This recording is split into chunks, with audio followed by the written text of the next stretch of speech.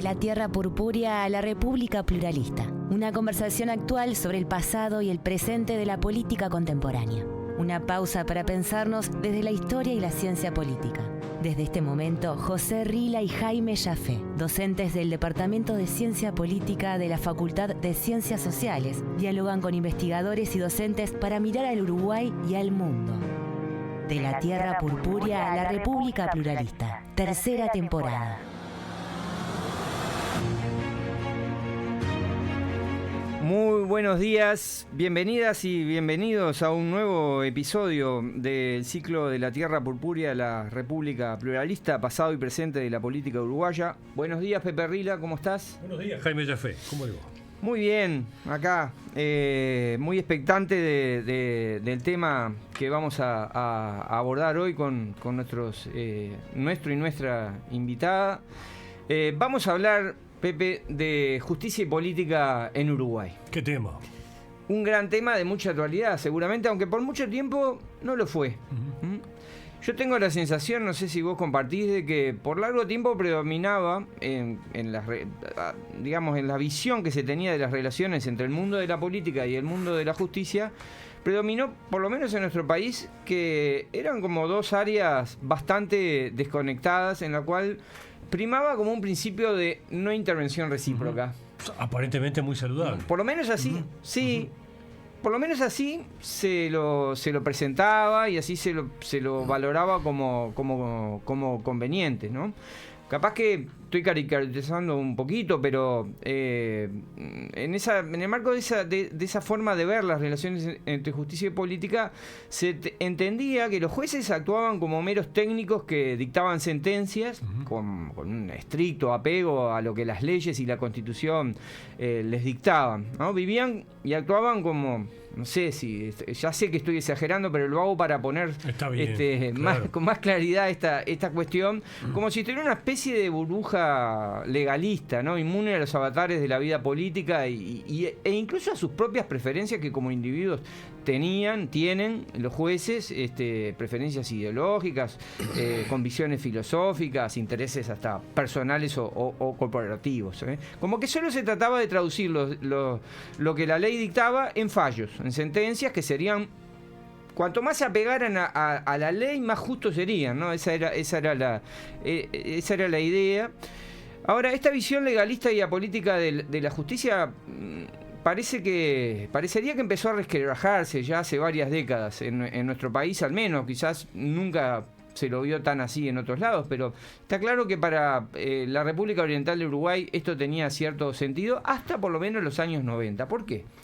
Porque en los años 90 algunos exgobernantes, acusados de diversas irregularidades e ilegalidades cometidas durante su gestión como tales gobernantes, empezaron a ser indagados por la justicia y en algunos casos hasta terminaron juzgados y condenados.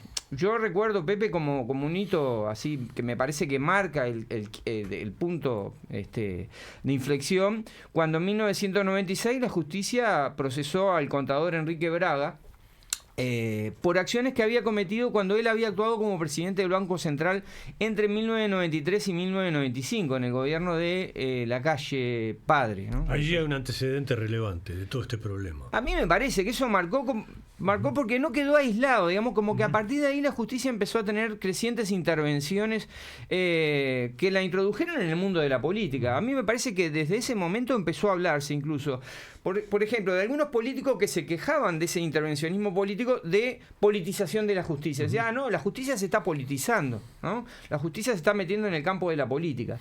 Y del otro lado se hablaba también, a veces incorrectamente, casi como sinónimos, de judicialización de la política, ¿no? Pero son como dos cosas bien distintas, de las cuales me gustaría que pudiéramos conversar hoy con nuestros invitados, ¿no? ¿Qué es esto de son lo mismo la politización de la justicia y la judicialización de la política? ¿De qué estamos hablando en cada uno de esos casos? Este breve relato introductorio que acabamos de hacer, ¿representa adecuadamente lo que ha pasado en Uruguay en términos de continuidades y cambios en la relación entre el mundo de la política y el mundo de la justicia? Por último, para dar lugar al inicio de la conversación, ¿esto ¿esto es un fenómeno puramente uruguayo? ¿Es una extravagancia uruguaya? ¿O refleja un fenómeno más global? Incluso podemos pensar que lo que pasó en Uruguay a partir de los 90 en cierta manera estuvo enmarcado, influido, condicionado por tendencias más globales de cómo los jueces y los juristas entienden la función de la justicia en el mundo contemporáneo. Para hablar de justicia y política nos visitan hoy en el estudio de Uniradio, la radio de la Universidad de la República, que se emite, como ustedes saben, en FM, en el 107.7, pero también pueden seguir directamente o a posteriori en su transmisión por el canal que la radio tiene en YouTube, el canal de Uniradio, y a posteriori también en formato podcast a través de la plataforma Spotify. Decía, para hablar de estos temas nos visitan hoy Yanela Bardazano y Óscar Sarlo. Bienvenido, Óscar y Yanela. Gracias por acompañarnos. Gracias por la invitación. Gracias por responder positivamente a la misma. Voy como solemos hacer. Somos los dos positivistas, así que no cabía otra cosa. Positivamente respondimos. Bueno, para quienes no los conocen, Yanela Bardazano es abogada, lo mismo que Óscar, es profesora titular de Filosofía y Teoría General del Derecho en la Universidad de la República, magíster en Ciencias Humanas y máster en Argumentación Jurídica. Actualmente es candidato. ¿Sos candidato a doctora o ya te doctoraste? Ya te doctoraste. Sí. Esto está un poquito desactualizado lo que acaba de decir. Es doctora en Derecho. Su trayectoria académica se ha centrado en la filosofía y la teoría general de Derecho con especial interés en la argumentación jurídica. Ahora capaz que tenemos oportunidad, a propósito de las relaciones entre justicia y política, de ver un poquito qué es esto de la argumentación jurídica y qué peso tiene en esas relaciones. Por su parte, Óscar Sarlo es también abogado, diplomático por la Universidad de la República, profesor de Filosofía del Derecho de la Facultad de Derecho de la Universidad de la República, investigador del Sistema Nacional de Investigadores. Vos también sos del sistema, Yanela, ¿no? Ah, bueno, fuiste. Fui. Bueno, Óscar ha desarrollado una extensa trayectoria académica y profesional, integra la Academia Nacional del Derecho de Uruguay, desempeñó diversos cargos de conducción en la propia universidad.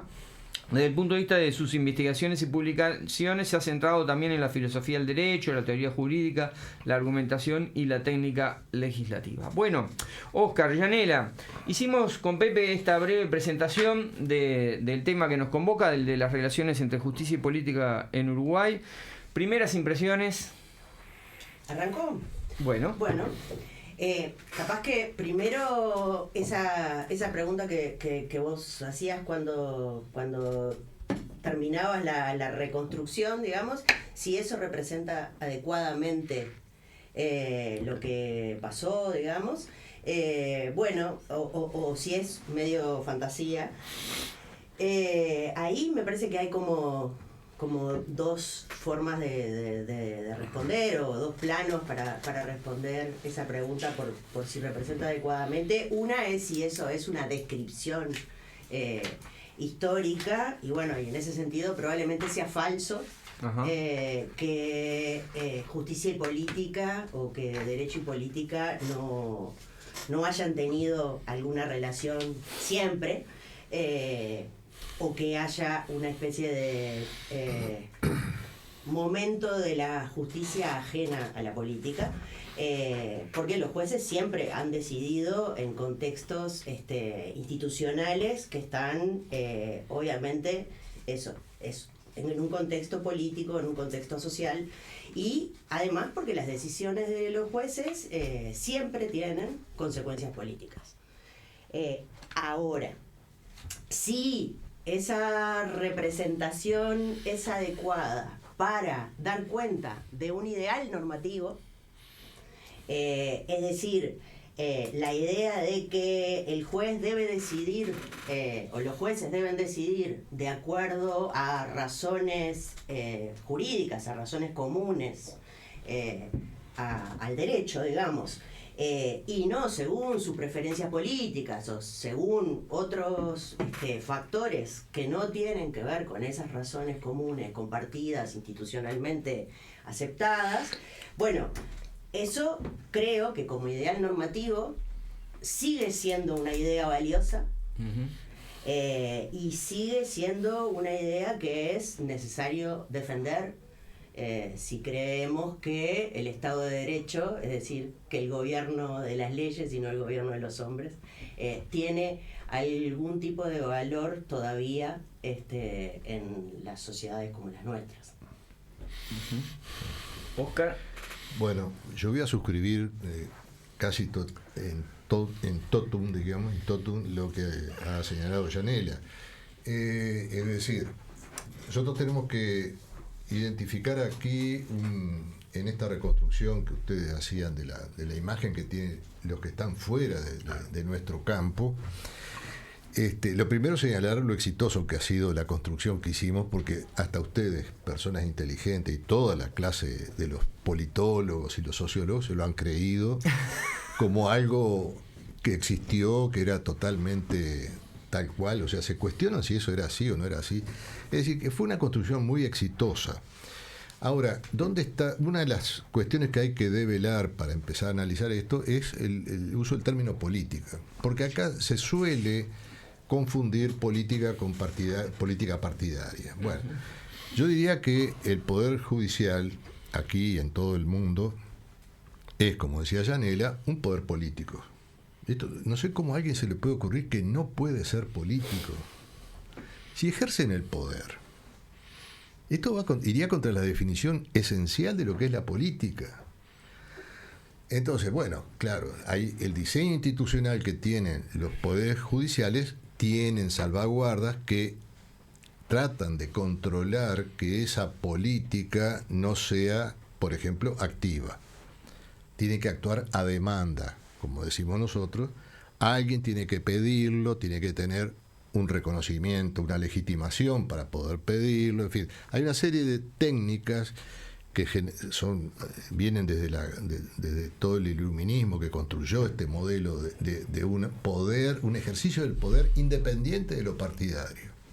Bueno, eso sí es así, pero no nos olvidemos de lo esencial: el Poder Judicial es un poder político, y lo dice la Constitución, el artículo 82 creo que lo dice explícitamente. La soberanía se ejercerá a través de los tres poderes, y son poderes políticos, es decir, ejercen la soberanía. Esto es muy importante, porque si no se crea toda una cosa tan barroca sobre este tema. Bueno, ahora, que eso no tenía que ser partidario, ahí sí está claro que el diseño que el Uruguay construyó a partir de que se superan las guerras civiles. Fíjense que el Uruguay construye un poder judicial efectivo como poder, con una Suprema Corte, recién en 1907.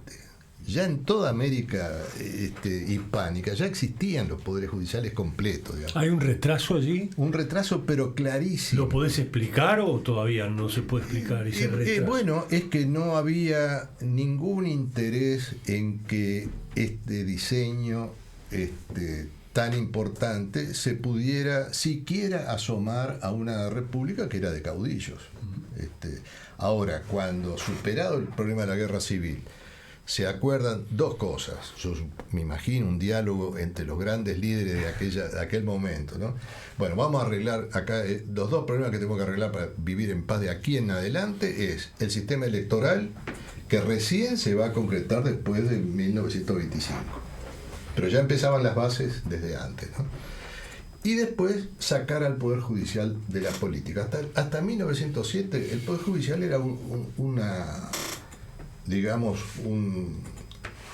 una institución prácticamente cooptada por el partido de gobierno.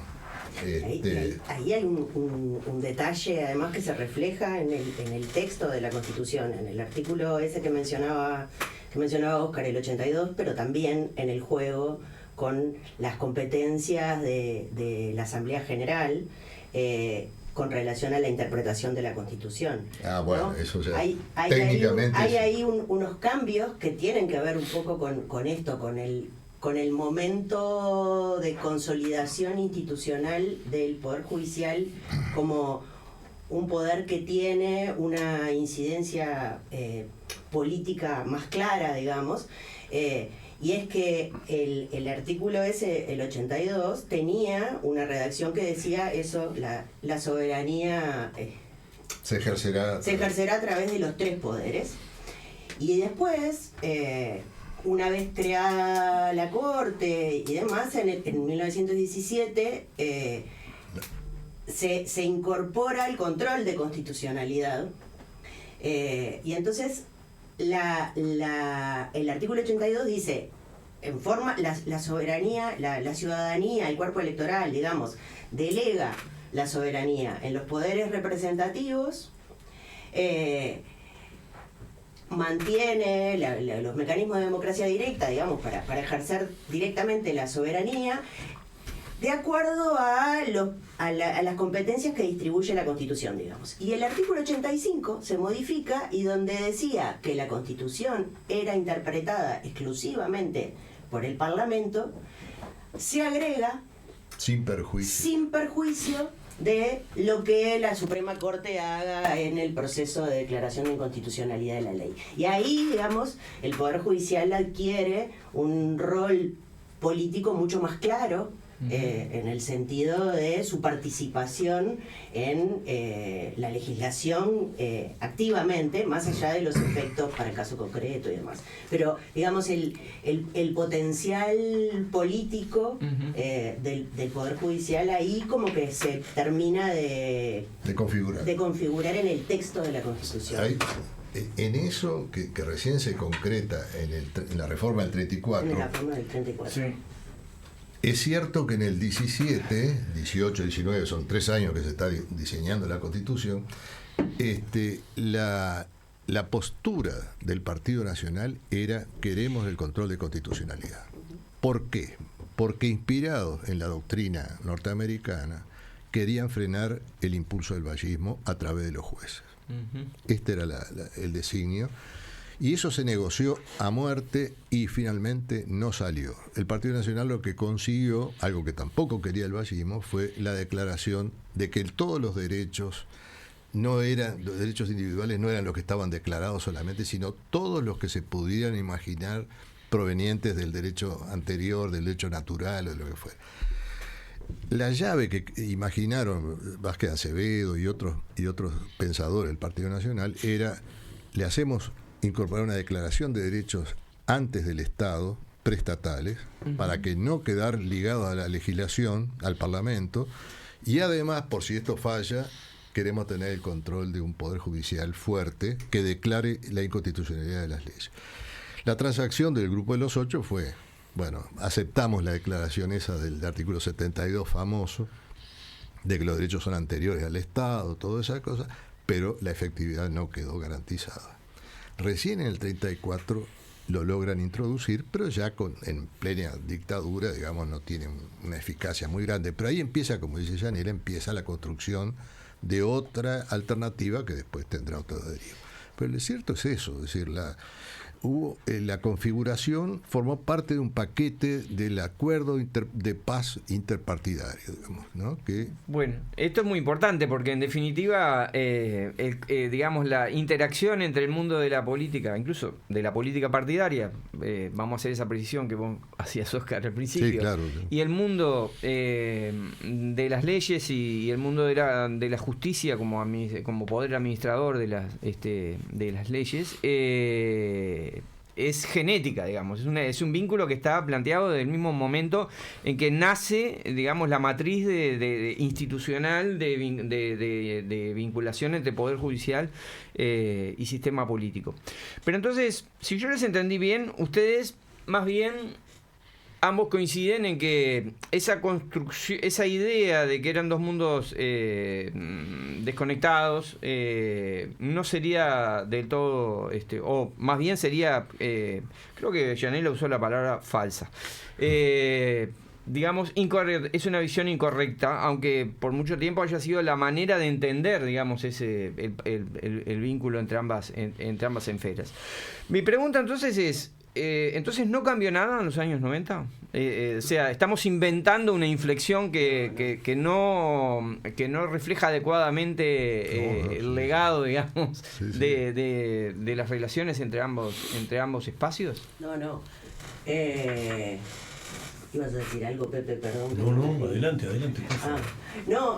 Es que justamente la diferencia que trataba de hacer era que planteado como una descripción, eso puede llevar a validar una especie de formalismo ingenuo, desde el punto de vista del derecho, de que la aplicación de la ley es una cuestión casi automática y entonces los jueces son una especie de máquina fuera de contexto que saca decisiones así como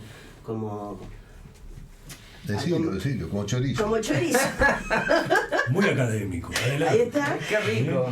Versus un escepticismo radical que dice, bueno, todas las personas tienen preferencias políticas, están situadas en un momento y en un lugar, tienen una trayectoria, no sé cuánto, y los jueces son personas, y entonces, bueno, como son personas, deciden de acuerdo a las preferencias y por lo tanto cualquier preferencia es válida, porque las personas tienen, con que digan, con que expliciten cuáles son sus preferencias, nos alcanza. Bueno, ninguna de las dos es una reconstrucción que se tome en serio la normatividad jurídica. En el medio, digamos, o poniéndole la dimensión normativa a la respuesta a la pregunta, lo que creo que compartimos con Oscar es que el argumento legalista, digamos, decir que los jueces tienen que decidir de acuerdo al derecho y que no hay lugar para las preferencias personales o políticas, el argumento legalista no es un disfraz o no es una máscara, sino que es una directiva institucional y política valiosa que permite mantener a raya justamente las preferencias personales y delimitar las funciones institucionales. O sea, si los jueces deciden de acuerdo a las preferencias personales, de acuerdo a las preferencias políticas, de acuerdo a otros factores que no sean las leyes, digamos, para simplificar, bueno, no están siendo jueces. Entiendo el punto. Oscar, querías decir algo sobre eso. Como estaban buscándole el nombre, yo diría que hay un nombre técnico, un concepto técnico para esto, que son ficciones útiles. Es decir, todas las profesiones utilizan, como diría Feichinger, ficciones útiles. Es decir, cuestiones que no se condicen con la realidad, pero que son funcionales a la convivencia, al desarrollo institucional, etc. Los médicos creen que que la salud es algo alcanzable, entonces nos llenan de medicamentos, disponen esto, lo otro, y es por encima de que eso sea un objetivo alcanzable. Los economistas creen en el mercado como a pie juntilla, como si existiera algo así como la Feria Tristán Narvaja, ¿verdad? Y bueno, son construcciones ficcionales que permiten, eso que decía Yanela, formar colectivos, funcionarios y todo lo demás, bajo un supuesto que les permite aislarlo de otras concepciones que serían antifuncionales, digamos, disfuncionales. Entonces, me parece que en este sentido esto funciona así, no es una mentira, no es falso, y tiene esa función que describía muy bien Yanela. Lo que sí tenemos que tener presente es que hay ese registro entre los dos extremos negacionistas, digamos, o escépticos. Hay distintos registros en el mundo, hay culturas distintas. Nosotros construimos una. Hay otra en Estados Unidos donde el tema de la política no es un problema para elegir los jueces y nada más, porque existen otros controles. El inglés es otro, el francés es otro, el alemán es otro, y hay distintas culturas. Y en otro está politizado totalmente. En el campo marxista era una cuestión indiscutible que los jueces tenían que estar en defensa del partido político y de demás. Es decir, hay distintas formas de entender esta cuestión. Bien, estamos conversando en el estudio de Uniradio con Oscar Sarlo y Yanela Bardazano, junto con José Rila, sobre las relaciones entre justicia y política en Uruguay. Vamos a hacer una pausa para cerrar este primer bloque y continuaremos luego. Como es costumbre, le hemos pedido a nuestros invitados, en este caso a nuestra invitada, a Yanela Bardazano, que eligiera un tema de su gusto para dar un cierre musical al primer bloque. Yanela eligió La máquina de ser feliz de Charly García. ¿Qué te vincula a este tema? Bueno, la máquina de ser feliz es un tema del 2017 de Charly, que yo escucho muy seguido, y hace relativamente poco reparé en que habla de la inocencia artificial cuando define la máquina de ser feliz, la IA. Mira. Y bueno, y como que me parece que la canción tiene una clara evocación del lugar de los dispositivos y de la dependencia de las tecnologías en la vida social, y que nada, es un tema que en 2017 era como un adelanto de lo que se venía. Bueno, muy bien. Entonces, Juliana Dancilio, que hoy está a cargo de la consola de sonido, pone al aire La máquina de ser feliz de Charly García. Volvemos en unos minutos.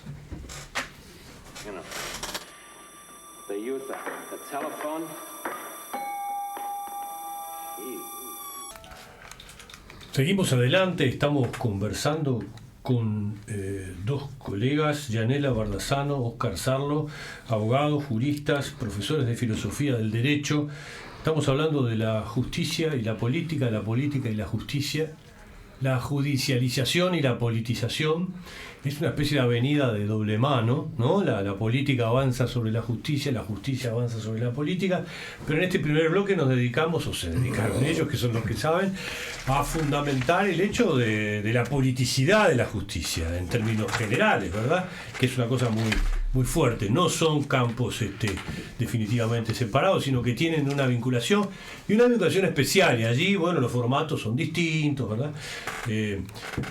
Uno puede ver ahora en el mundo procesos de descaecimiento y de deterioro institucional con respecto a este tema, o por lo menos es una impresión que uno tiene. Es decir, Uruguay tiene problemas respecto a este tema, justicia y política los tiene. No hemos podido siquiera llegar a un acuerdo de nombrar a una fiscal o un fiscal, ¿verdad? No tenemos problemas allí. De repente después podemos conversar un poco de ese tema tan coyuntural.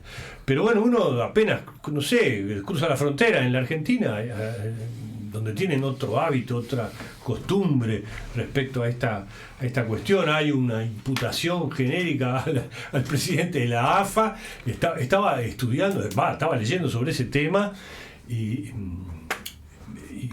él y su tesorero, y no están imputados todavía, pero probablemente lo estén buscando un juez que los proteja, para lo cual están presionando, vaya a saber con qué, al ministro de Justicia, ¿sí?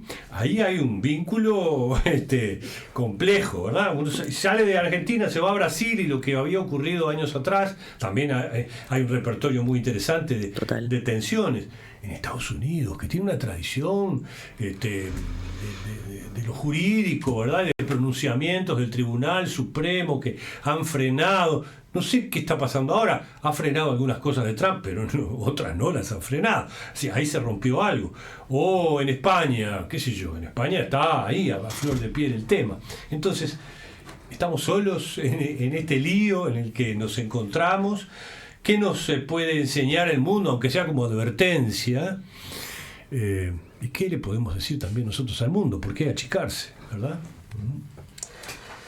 Bueno, es cierto, sí. Ese panorama, yo diría que ha sido un desarrollo progresivo desde después de la Segunda Guerra Mundial. Poco a poco empieza a aparecer un protagonismo de los jueces, porque de alguna manera la imputación era que los jueces no habían hecho nada para frenar el fascismo en Europa.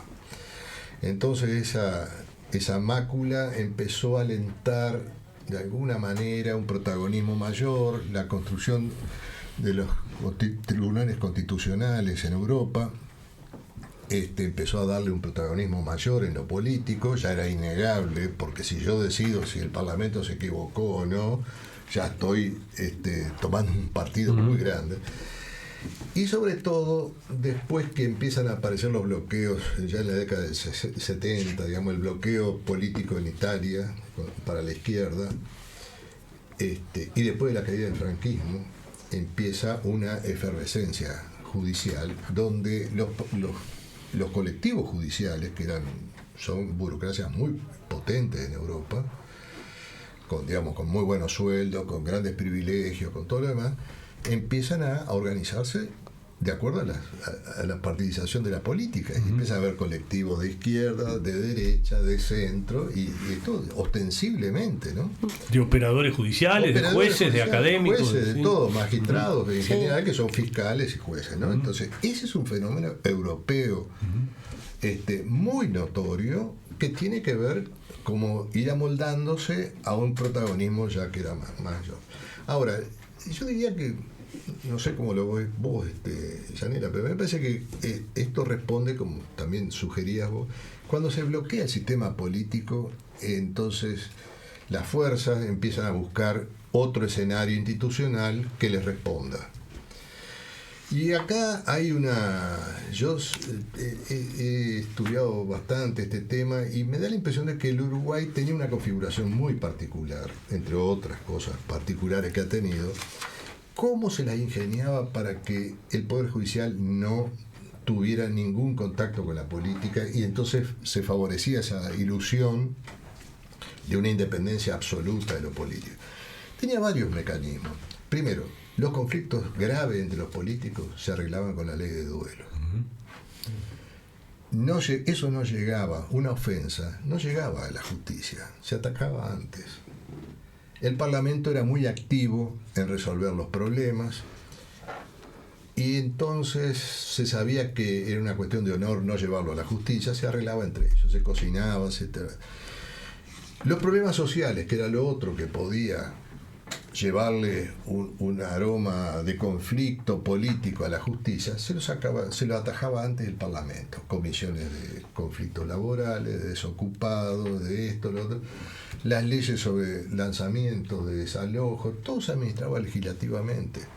Y ahí pasó un fenómeno muy particular, y es que el Poder Judicial para el sistema político uruguayo pasó a ser un lugar, un depositario de conflictos insolubles, que lo mantuvo entretenido en miles y miles de juicios ejecutivos. Miles. No, los desalojos eran miles y miles de desalojos.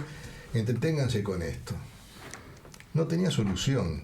Y el Poder Judicial administró esos problemas.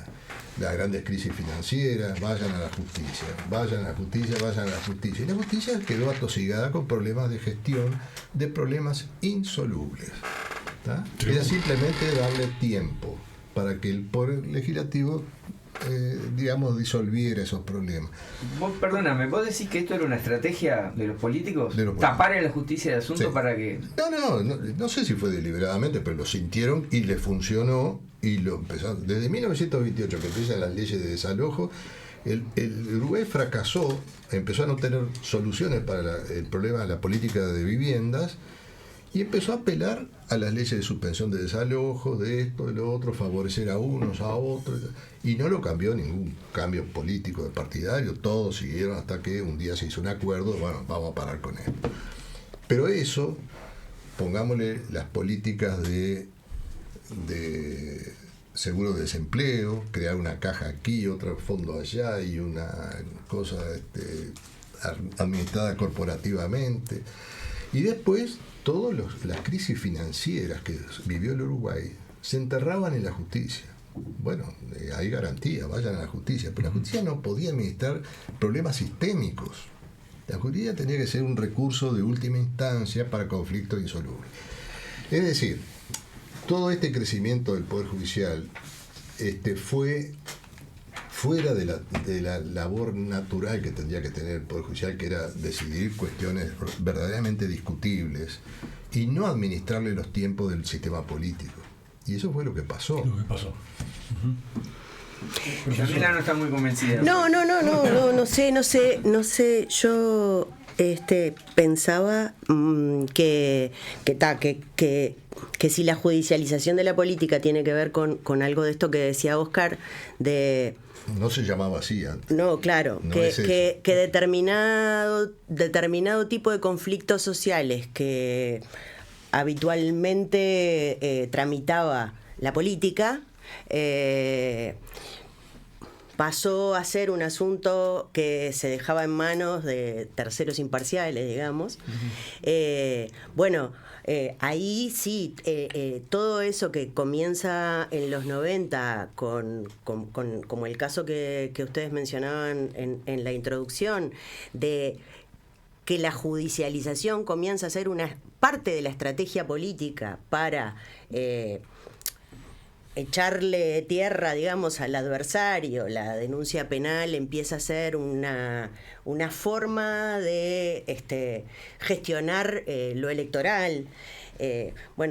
Eso efectivamente es algo que yo no sé si tiene que ver con que se fue la ley de duelos y esas cosas, sino que es como una especie también de monopolio de la actividad política por parte de disciplinas como la comunicación política y la estrategia electoral y yo qué sé, que entonces rinde especialmente denunciar penalmente porque después que salga la sentencia o que haya una decisión fiscal de acusación o de imputación o qué sé yo, ya es una noticia que entierra al otro, porque la mera sospecha. Claro, ponernos a pensar en el estatuto de inocencia y la culpabilidad y la prueba, qué sé yo, que es una cosa que queda como en el fondo de la cabeza.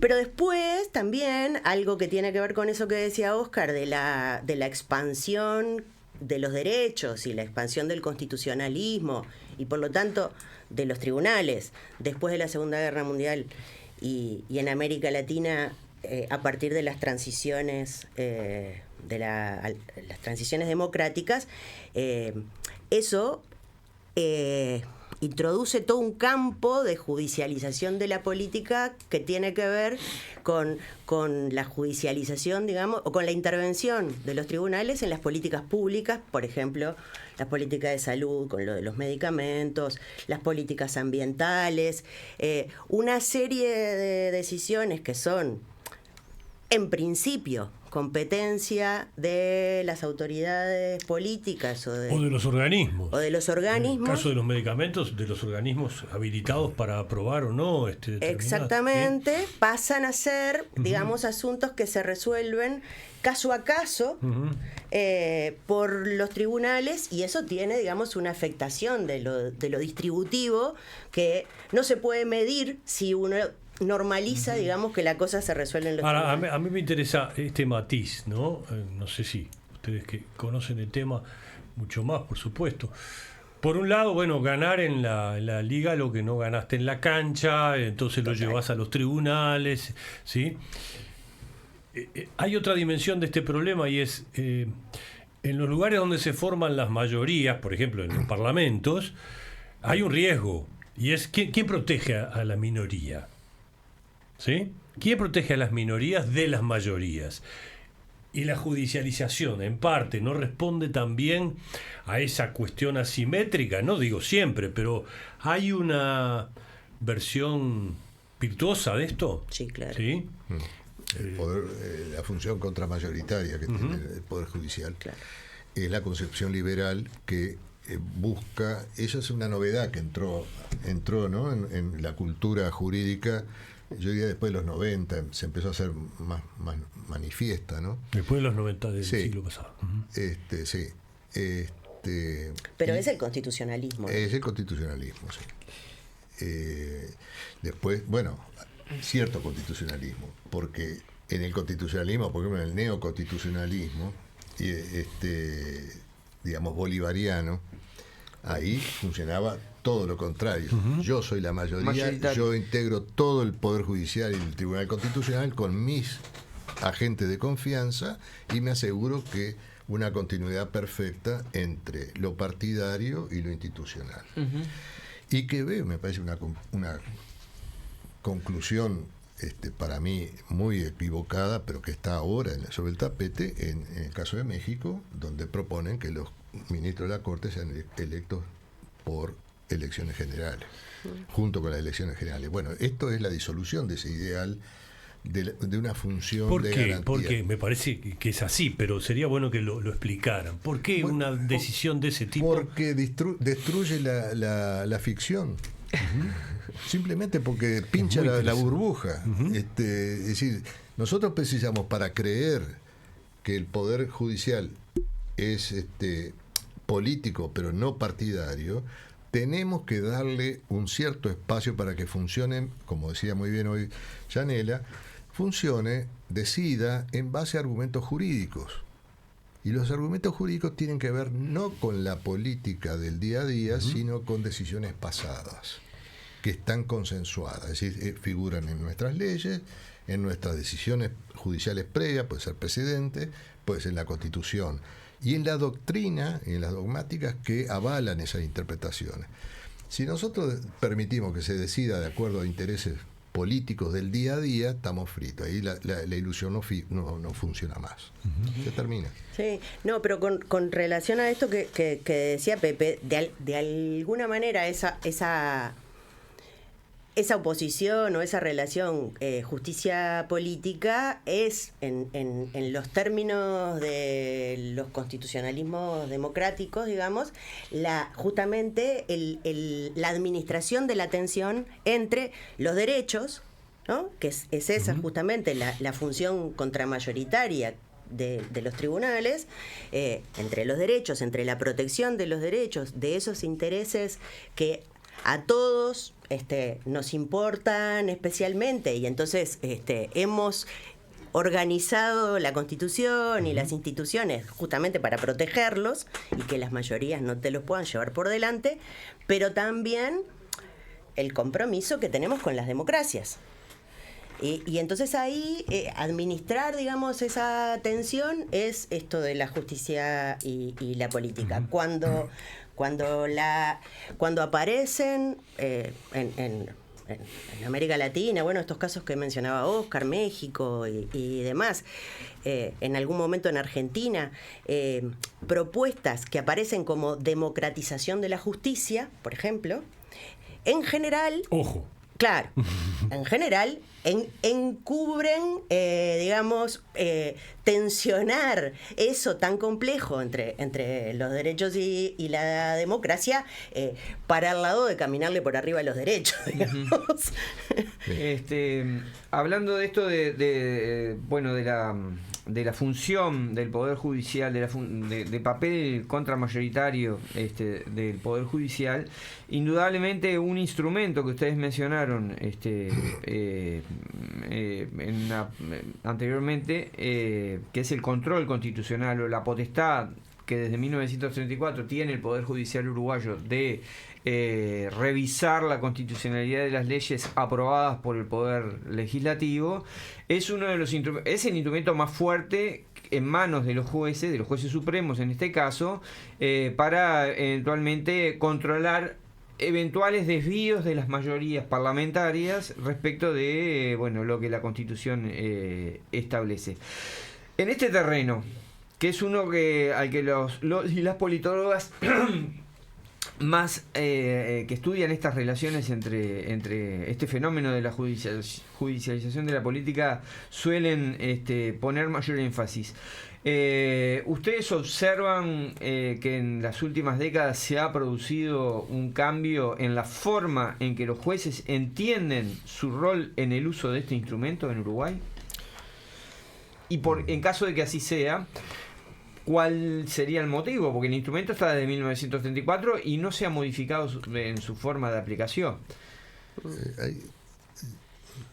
Si me permitís, sí, claro. Ahí yo lo que veo, y voy a decir una postura que creo que es un poco no es tan compartida. Yo lo que creo es que siempre hubo una muy poca atención, esto siempre lo señalo, que se pasó muy rápidamente sobre lo que decía la Constitución del 34, y la Constitución del 34 en realidad no establece un control de constitucionalidad, porque bien entendido el control de constitucionalidad implicaría que una ley inconstitucional debe ser anulada. Poder que tienen muchas cortes, en general las cortes de constitucionales en el mundo tienen ese poder. Alemania es así. Alemania es el caso típico, Italia también, España también, en fin. La ley como tal, no su obligación puntual. Exactamente. La ley. Pero si bien leemos, la redacción es confusa, fruto de que fue una transacción. Claro. Dice la acción de inconstitucionalidad, que uno entendería que va a ese modelo, pero después dice, decretará o decidirá sobre la aplicabilidad de la norma. En realidad, todo el diseño, que dice que aun cuando se declare que por inconstitucional es inaplicable, la ley sigue vigente. Y es un contrasentido aceptar que una ley inconstitucional siga vigente. ¿Qué significa esto? Bueno, en términos, si uno interpreta globalmente la Constitución, quiere decir, bueno, nuestro sistema es solo de inaplicabilidad, es decir, es un recurso excepcional de justicia del caso, digamos. Bueno, hay casos en los cuales hay que dejar de lado la ley porque es tan grave la violación de un derecho individual que hay que protegerlo y se deja de lado. Pero la ley sigue vigente. Esta es la clave del asunto. Ahora, en los 90, ustedes Yanela hacía referencia a esta, circulan las ideas que vienen de Europa a través de fundaciones, de distribución de libros, de cosas, académicamente se construye la idea de que el Poder Judicial tiene que decidir políticamente, y hasta hay un ministro que tuvo un gran liderazgo dentro de la Corte, que sostenía que lo nuestro era un tribunal de control de constitucionalidad y el Parlamento estaba obligado a derogar una ley que había sido declarada. ¿Quién era ese ministro? Bueno, si es que te acuerdas, no importa. Sí, no, ya me voy a acordar. Bueno, que estuvo en la JUTEP después, ya se acordarán todos. Chediak fue el autor de una concepción, de fundamentación, digamos, de que la Corte era un tribunal constitucional, ¿no? Porque se amenazaba con crear un tribunal constitucional, estuvo en el tapete. Y él decía, no hace falta porque nosotros ya somos. Ya tenemos. Y lo que pasa, falta ese detallecito, el Parlamento tiene que derogar las leyes que estén declaradas. Esto me parece que era una sobreinterpretación de algo que no está en el diseño institucional, y que muestra un debate que ha habido, ¿no? Donde se ha empezado a retroceder un poco. Yo entiendo que ha sido un retroceso, algunos se han asustado del protagonismo del Poder Judicial, porque el asunto es, ¿quién es la autoridad institucional? Está bien, tenemos que defender los derechos, pero ¿quién dice cuáles son los derechos? Hasta donde nosotros nos formamos, el que definía cómo se formaban los derechos eran los parlamentos. El consenso tenía que llegar a un nivel de argumentación, de convencimiento, para decir, bueno, acá hay un derecho defendible. Lo que hicieron fue una especie de shortcut institucional que proviene de esos países con el activismo judicial, donde algunos derechos se podían consagrar por vía judicial. Y esto ya empezó a generar ruido en muchos lados, ¿no? Y se empezó a hablar de otras cosas. Bueno, sí, el activismo está bien, pero démosle la prioridad en última instancia a la deferencia al Parlamento de que es el depositario de la representación. Mostrando una vez más la cuestión política, que está descarnada. Pero lógico, y está en juego toda la representación, de la teoría de la representación política. ¿Quién representa? Bueno, acá hay un largo debate. Yanela creo que lo maneja mucho mejor y tendrá su opinión. Pero yo veo ahí un problema donde se ha ido hasta tal punto que hay un retroceso, me parece, teórico en ajustar, pero siempre dentro de estos márgenes, ¿no? Me parece es importante. Yanela, nos tenemos que ir, pero vas a dar cuenta de este último problema.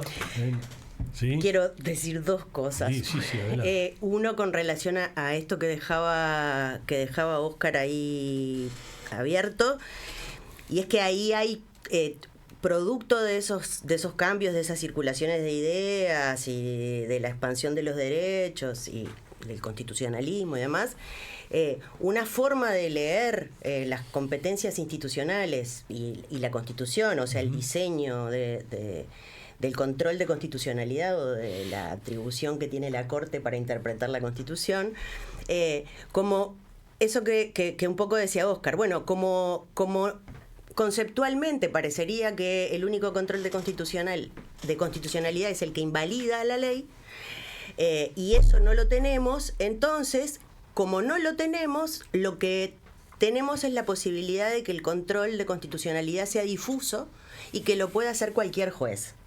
Eso es lo contrario de la idea de la atribución de competencias. Los órganos no pueden hacer lo que no tienen permitido hacer, sino que solo pueden hacer lo que tienen permitido hacer, lo que se les encargó.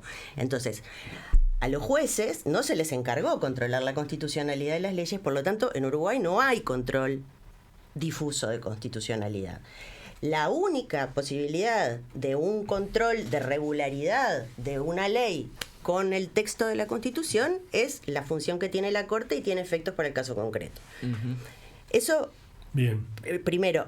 Pero después, otra cosa que quería decir, a propósito de lo coyuntural, pero también de la forma en que afecta el avance de la política hacia la justicia, digamos, sin que necesariamente la justicia haga nada, digamos, es esto de los bloqueos,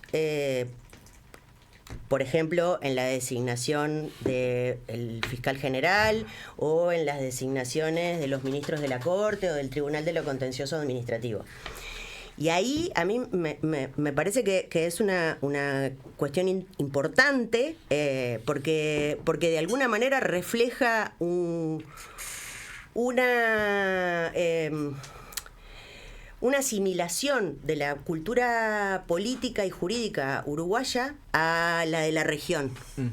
Y es que poner y sacar jueces, fiscales, intercambiar nombres, distribuir cuotas en el sistema de justicia es algo que parece que se ha normalizado, y eso creo que afecta mucho la legitimidad de las instituciones, por supuesto la credibilidad del sistema de justicia, porque después las decisiones de los jueces y de los fiscales son este es nuestro, este no es nuestro, yo qué sé. Como en la FIFA. Todo lo que hemos visto. Sí. Y además ahí hay, digamos, algo que está como demasiado visible, lo que alimenta, digamos, además de la falta de credibilidad y demás, sino que alimenta los corporativismos, porque finalmente son las cortes, es la Corte, digamos, la que va armando sus sucesivos reemplazos en la política de ascenso. Muchas gracias, realmente, como siempre nos pasa, nos quedan muchos temas. Daba para seguir otro bloque. Ganas de seguir, pero no podemos. Yo pensé que era una serie. Sí, que ese es el primer programa sobre estos temas, ¿no? Antes de darle paso al final del programa con el tema musical, Jaime, ¿quiénes nos han acompañado hoy técnicamente? Ya dijimos que hoy la consola de audio estuvo a cargo y está a cargo de Juliana Danciglio, el streaming a cargo de Paola Martínez, las redes a cargo de Gabriela Barceló, y como es habitual la producción general del ciclo a cargo de Justina Lazale. A todas ellas, hoy son todas mujeres, les agradecemos mucho su colaboración. A cargo de Óscar Sarlo está el cierre musical del programa, Viromes y Servilletas, de Leo Maslía. No sé si por Leo Maslía la versión. No. Óscar, por Jaime. Por Jaime también. Bueno, pero yo la elegí por Jaime.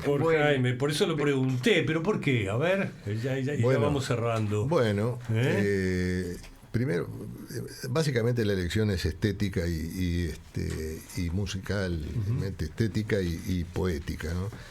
La letra que de Leo me parece de una belleza y una sensibilidad que a mí me conmueve. No hay muchas canciones que me conmuevan. Y seguramente me trae recuerdo, porque yo conocí esos bares de Montevideo. Me trae una nostalgia. Donde hay poetas, ¿sí? Sí, una nostalgia del Sorocabana, yo qué sé, esas cosas que uno conoció. Y la interpretación de Jaime me parece musicalmente mejor, aunque obviamente la creación es de Leo, que tiene una estética musical soberbia que admiro. Entonces me parece una conjunción ideal. A mí me encanta la canción, pero ¿sabés que la versión que más me gusta es la de Milton Nascimento? Increíblemente. Bueno, linda, también, pero yo no recurro a los extranjeros para que me digan las cosas. Mirá cómo terminamos. Nunca hubiera contratado a Chauvinismo musical. Nunca hubiera contratado a Bielsa para que nos diga En un cómo. momento de exaltación nacionalista. Mirá que cierre, Uruguay nomás. Bueno, nos vamos con bidones y servilletas. Jaime, muchas gracias a nuestros invitados y la semana que viene nos vemos. Muchas Así gracias. es. Bueno, gracias Yanela, gracias Oscar, y con Pepe nos vemos y la audiencia nos encontramos nuevamente el jueves próximo.